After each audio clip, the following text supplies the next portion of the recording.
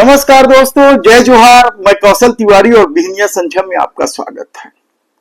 बारिश सर पर है, खेती किसानी का काम तेजी से हो रहा है, लेकिन दूसरी तरफ कृषि विभाग के अधिकारी, मंत्री, बंगला व्यापारी और बीज माफिया के नेक्सस ने किसानों को लूटने के लिए पूरे छत्तीसगढ़ में जाल बिछा दिया और इस पूरे खेल का संचालन कहा जा रहा है कि मंत्री बंगले का सबसे खास व्यक्ति जो ऐश्वर्या रेसिडेंसी से कृषि विभाग चला रहा है, उसकी पूरी करतूत है। क्या है पूरा मामला, हम बताएं उससे पहले बता देते हैं कि जगह जगह किसानों को दिए जाने वाले डीएपी खाद की उपलब्धता सोसाइटी से गायब हो गई है। कल कांग्रेस ने इस मामले को लेकर कई जिलों में प्रदर्शन किया। किसान खाद के लिए तो भटक ही रहे हैं, दूसरी तरफ बीजों को लेकर भी अब सवाल उठने लगे हैं कि क्या उस पर भी माफिया राज हावी हो गया है। किसानों को लूटने का नया नया खेल खेला जा रहा है। हालांकि एक मामले का खुलासा हो चुका है अंबिकापुर से। अंबिकापुर यानी सरगुजा संभाग और कृषि मंत्री राम विचार नेताम उसी संभाग से आते हैं और वो माफिया जिसका हम जिक्र कर रहे हैं वह भी सरगुजा संभाग का ही है। अलग बात है कि उसने रायपुर में इन दिनों अपना ठिकाना बना लिया है राम विचार नेताम के मंत्री बनने के बाद। लेकिन अंबिकापुर की घटना समझिए आप।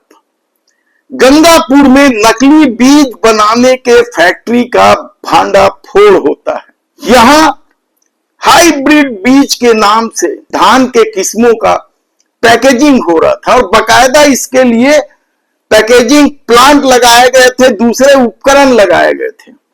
और ये मामला सामने आने के बाद कृषि विभाग के अधिकारियों ने इस पूरे मामले की लीपापोती का खेल करना शुरू कर दिया, कहा जाए तो गलत नहीं होगा, क्योंकि इस मामले में अभी तक पुलिस में एफआईआर दर्ज नहीं की गई है। जांच रिपोर्ट बनाई जा रही है, कहा जा रहा है कि उसमें भी लीपापोती की जा रही है। कितना बीज वह दुकानों में सप्लाई कर चुका था इसकी कोई गारंटी नहीं है और वो बीज किसान ले जा भी चुके हैं। लेकिन व्यापारियों को बचाने और बीज माफियाओं, फर्जी नकली बीज माफियाओं को बचाने के इस पूरे खेल में किस तरह का नेक्सस काम कर रहा है आप सुनकर चौंक जाएंगे। कहा जाता है कि पूरे छत्तीसगढ़ में हाइब्रिड बीज के नाम से जो खेल चल रहा है उससे आने वाले दिनों में किसानों की तकलीफ बढ़ने वाली है, उनके उपज पर असर पड़ने वाला है। और यही नहीं, कोई कीमत भी निर्धारित नहीं की गई है। अनाप शनाप कीमत में बीज बेचे जा रहे हैं। अमानक स्तर के बीज है। मानक जांचने का भी कोई उपाय कृषि विभाग के पास नहीं है। छत्तीसगढ़ में तो लैब ही नहीं है कि मानक बीज की जांच हो सके। और कहा जाता है कि बलरामपुर के राजपुर, बरिया, चांची, रामानुगंज, कुसमी, वाड्रफनगर सहित कई क्षेत्रों में बड़े पैमाने पर नकली बीज बेचे जा रहे हैं। और यही स्थिति दुर्ग जिले का भी है, यही स्थिति महासमुंद जिले का भी है, जहां बड़ी मात्रा में हाइब्रिड बीज नकली बेचा जा रहा है, फर्जी बेचा जा रहा है। और इस मामले में जो हमारी टीम ने काम किया है, शानदार काम किया है। उन्होंने बताया कि किस तरीके से कई व्यापारी कंपनी का पंजीयन कराए हैं, लेकिन मानक बीज की बजाय इन कंपनियों ने अमानक बीज की पैकेजिंग करके, क्योंकि बहुत सस्ते में पैकेजिंग प्लांट लग जाते हैं, दूसरे उपकरण आ जाते हैं, वो लगाकर बड़ी मात्रा में सामान्य धान को, सामान्य बीज को हाइब्रिड बीज बताकर पूरे छत्तीसगढ़ में बेचा जा रहा। कृषि विभाग का बीज की कीमत पर कोई नियंत्रण नहीं है ना। हैरानी की बात, छत्तीसगढ़ धान का कटोरा कहलाता है, लेकिन डबल इंजन की सरकार आने के बाद जिस तरीके से माफिया राज हावी हुआ है, इस शांति के टापू पर कई तरह के सवाल उठने लग गए। हाइब्रिड बीज जांचने का कोई लैब नहीं होने का पूरा फायदा ये माफिया उठा रहे हैं। और इस खेल का पूरा संचालन तो चर्चा है कि मंत्री बंगले से हो रहा है। राम विचार नेताओं को लेकर पहले भी कई सवाल उठे हैं। जब वे डॉक्टर रमन सिंह की सरकार में मंत्री थे तो इंदिरा प्रियदर्शनी बैंक घोटाले में सबसे ज्यादा पैसा लेने का आरोप भी उन पर लगा था। इसके अलावा कोरबा में बदतमीजी, आम जनमानस से बदतमीजी करने का वीडियो भी जमकर वायरल हुआ था। बीज माफिया, कंपनी, कृषि अधिकारी, मंत्री बंगले के इस नेक्सस से क्या छत्तीसगढ़ के किसानों को बर्बाद कर देने की रणनीति है, सिर्फ चंद पैसे की कमाई के लिए?